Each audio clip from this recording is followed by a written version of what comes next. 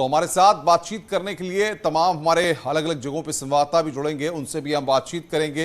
हरिद्वार भी आपको लेकर चलेंगे, ऋषिकेश की तस्वीरें भी दिखाएंगे, मैसूर का हाल भी बताएंगे। लेकिन उससे पहले प्रिया हमारे साथ स्टूडियो में है और सबसे महत्वपूर्ण बात यह है कि जिस तरीके से इनके बारे में हम आपको बता रहे थे कि योग की सारी जो आसन होते हैं, किस तरीके से योग किया जाना चाहिए, कौन कौन से योग के आसन होते हैं, इन सारी चीज़ों को प्रिया आप हमारे दर्शकों के लिए ज़रा बताइए, क्योंकि जो दर्शक इस वक्त आपको देख रहे हैं वो समझना चाहते हैं कि कैसे और कौन से आसन के ज़रिए वो अपनी बीमारियों से निजात पा सकते हैं, कैसे एक हेल्दी लाइफ वो जी सकते हैं।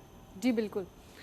तो हमारा जो दिनचर्या हो गया है आजकल का, जिसमें हम लोग 9 से 6 की नौकरी में लगे हुए हैं, दिन भर हम चेयर पर बैठे रहते हैं, तो इसमें हमारे बैक में बहुत ज़्यादा प्रॉब्लम आता है। अक्सर आप लोगों को देखेंगे जिनको पीठ दर्द से वो जूझ रहे हैं।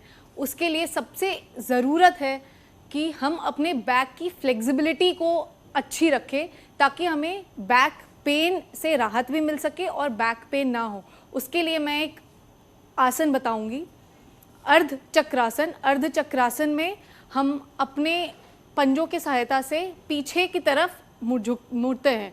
तो हमारे हाथ में हमारा अंगूठा जो है वो कमर के पास रहेगा और चारों उंगलियां सामने की तरफ रहेंगी, और यहाँ से हम दोनों पाँव में दूरी बनाते हुए पैर एकदम सीधे, घुटने को नहीं मोड़ेंगे और पीछे की तरफ हम झुकेंगे।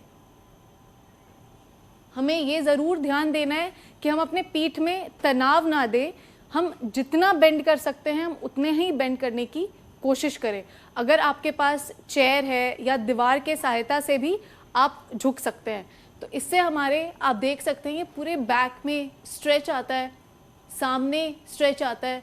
तो इससे हमारे बैक की फ्लेक्सिबिलिटी बहुत अच्छी मेंटेन होती है और हमारे को बैक पेन से भी राहत देता है ये।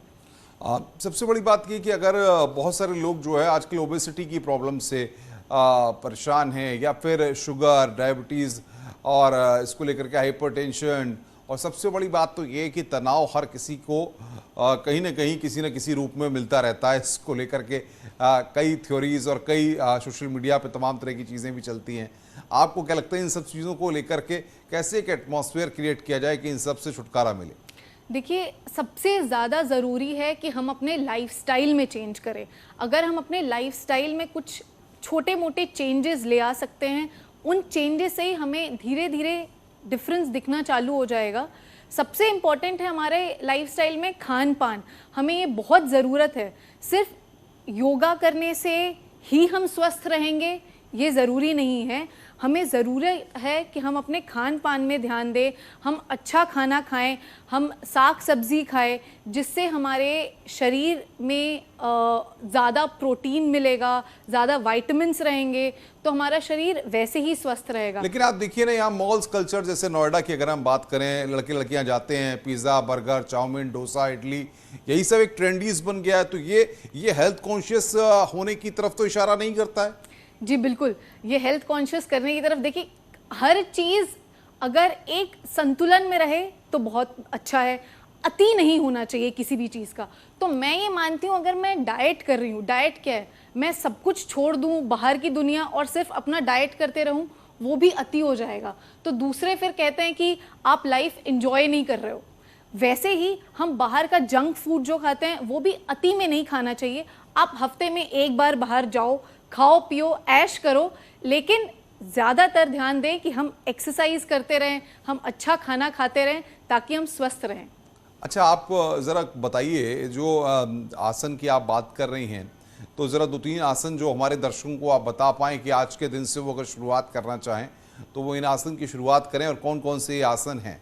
और बड़े बुजुर्ग जो लोग हैं जिनकी एज अबव 60 है, और ज़ाहिर तौर पर उनको सारे आसन तो नहीं करने चाहिए क्योंकि एज के फैक्टर्स भी तमाम रहते हैं, तो उनको कौन से आप आसन सुझाएंगी? जी बिल्कुल।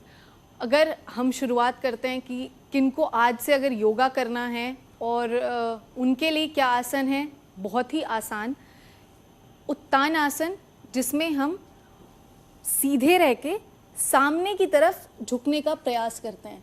ये हमें ओबेसिटी से भी छुटकारा दिलाता है, क्योंकि हमारे पेट में दबाव आ रहा है। हम कोशिश करेंगे कि हमारे घुटने ना मुड़े, हम सीधा घुटना रहते हुए जितना झुक सकते हैं हम उतने ही झुकने का प्रयास करेंगे। धीरे धीरे अगर हमारी फ्लेक्सिबिलिटी बढ़ रही है, घुटना सीधा रखते हुए हम ज़मीन को छूने का प्रयास करेंगे। अगर हमारा ज़मीन हम टच कर पा रहे हैं तो और हम कोशिश करेंगे हम और फ्लेक्सिबिलिटी बढ़ाएं और हमारे नाक से हम घुटने को टच करें। इससे हमारे ओबेसिटी से छुटकारा मिलता है। हमारे को ये बहुत ही इजी आसन है जिस हम डेली रूटीन में ला सकते हैं।